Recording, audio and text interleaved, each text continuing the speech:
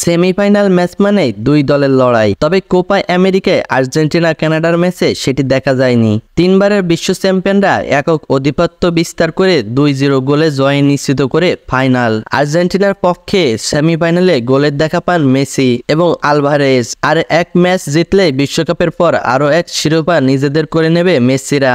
আর্জেন্টিনার বিপক্ষে এদিন সেমিফাইনাল খেলতে নামা কানাডা পুরো 90 মিনিটে কেবলমাত্র 2টি শট টার্গেটে রাখতে সক্ষম হয়েছে।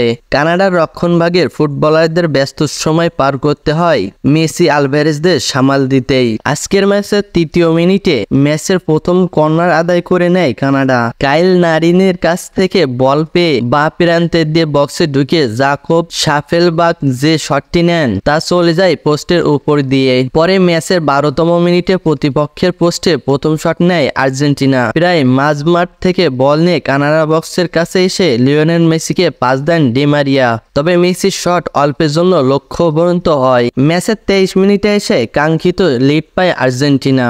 মাঝমাঠ থেকে অনেকটা ফাঁকায় আলভারেজ দিকে বল বাড়ান ডিপল।